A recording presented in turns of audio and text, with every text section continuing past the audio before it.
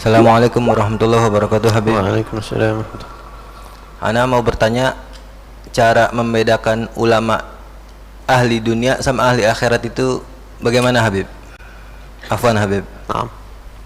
Ya, salam. Cakep nih ya pertanyaannya ya. Cakep gak? Ini penting banget diangkat. Dan saya 2 hari yang lalu baru kepikiran pengen nyusun buku tipis saja ngejelasin itu tuh, nyusun buku. Bukan nggak perlu nyusun, cukup menukil. Bagaimana cara membedakan ulama dunia dan ulama akhirat? Jawabannya sangat sederhana. Antum buka kitab Ihya Ulumuddin, di situ Imam Ghazali sudah merinci 12 tanda-tanda pembeda antara ulama dunia dan ulama akhirat.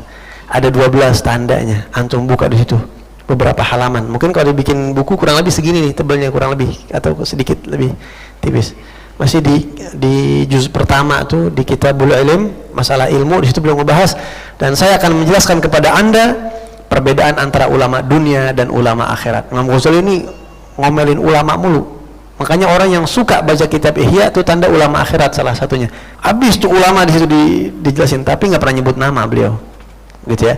Antum silahkan baca di situ. Indah banget. Mungkin sedikit aja tambahan dari saya. Enggak semua ulama pewaris Nabi. Ini penting. Enggak semua ulama pewaris Nabi. Ilmu siapapun bisa. Bahkan ada kitab namanya Mu'jamul Hadis, seperti kamus hadis, yang nyusun itu non muslim. Bisa siapapun ilmu, siapapun bisa, titel siapapun bisa, pinter ceramah siapapun bisa, bawain ayat, bawain hadis dengan bahasa Arab yang fasih, siapapun bisa. Tapi tidak semua pewaris Nabi. Tidak semua pewaris Nabi. Ulama yang sebenar-benar yang layak diikuti adalah ulama yang mereka yang memang betul-betul pewaris Nabi. Karena Rasulullah mengatakan al-ulama warathatul anbiya. Nah, yang namanya warisan itu harus turun apa kagak? Turun. Kita bisa gak dapat warisan dari orang lain yang meninggal, nggak ada hubungan anak, nggak ada hubungan bapak, nggak ada sebab-sebab warisan kita dapat? Nggak mungkin. Kalau mau dapat warisan dia, kita harus jadi anak dia. Kalau anak itu harus ada hubungan. Nah, berdasarkan hadis ini kata ulama, ada namanya al-irth. Ilmu yang sebenarnya, ulama yang sebenarnya adalah yang menerima ilmu secara turun temurun dengan sanad. Kita terima ilmu dari fulan sampai ke Rasulullah, harus diwariskan ilmu itu. Nih, ini yang dapat dari ayah saya, ayah ilmu ya, bukan ayah ideologi, bukan ayah biologis, bukan.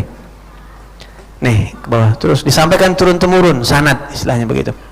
Kebetulan sanad ini kalau tidak salah di 12 tanda itu belum ada, tidak termasuk, kalau tidak salah ya, wallahualam, antum boleh cek lagi.